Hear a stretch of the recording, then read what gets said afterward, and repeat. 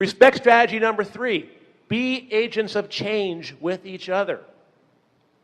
Years ago, in 1997, this was right as I was leaving my first employer out of college.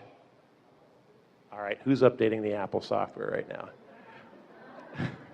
Especially blocking me right in the middle. Can you believe that? Anyways, instead of taking an international business course, I was able to talk my employer into letting me do the travel option, which was a 20-day trip overseas. We went to Japan and Thailand. And for part of that trip, I actually stayed with a Japanese host family. This was my host family. It's me right in the middle. And the wife's name, she was an absolute amazing woman. Her name was Miyoki. And the day that I showed up at their house, she said, "Paul-san, we are so honored to have you with us. We want your stay with us to be comfortable, so we want to do everything we can to make you comfortable."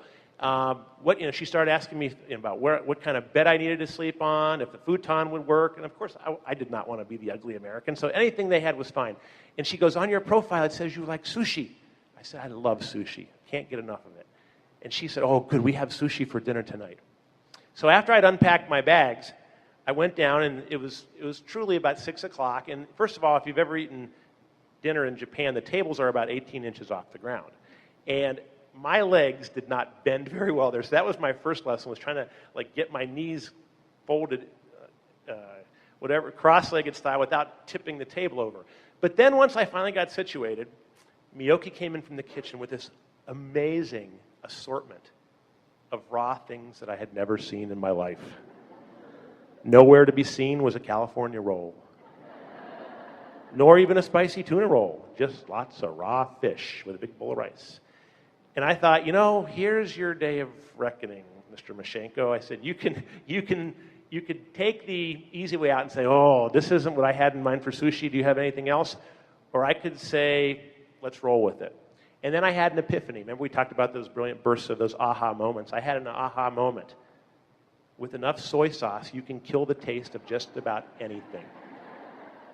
So I practiced my newly acquired chopstick skills and dug in.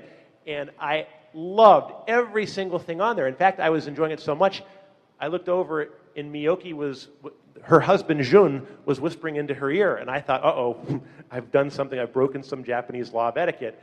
And I said, Miyoki, have I done something inappropriate for your table? She goes, "Oh, no, Paul-san. My husband, Jun, he delighted you like sushi so much. He does not know you like so much of it." Obviously, I brought my American appetite because little did I know that was supposed to be 2 nights' worth of sushi. As the oldest of 5 kids, that's not how we rolled in my house. So, but anyways, how many of you have similarly found yourselves in situations where you either had to just bite your lip and jump in both feet, or else turn around and go home? And how we handle those situations can set the stage for how we handle other challenges and transitions later in life. Another facial recognition test. Who do we have here? Charles Darwin, exactly. Of the famed HMS Beagle, thank you. And what do we know? We know Charles Darwin for the theory of evolution. What is the phrase that we so often hear accompanying discussions of Darwin? Survival of the fittest, right?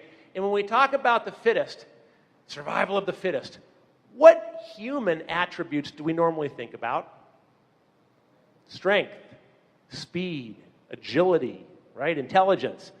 If you go back and you read Charles Darwin's original work, which wasn't published until 20 years after he wrote it, it was, remember what the title was? Origin of Species, published in 1859. What he said was this. He said, "It has been my observation that it is neither the smartest nor the strongest of the species that survive. Rather, it is those species which prove to be the most adaptable to changes in their environment that in the end not only survive, but in fact thrive." How many of you have spent far too much time surviving at points in your life?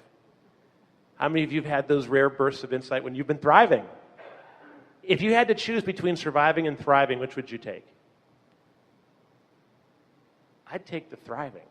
It seems like it would be a heck of a lot more fun, right?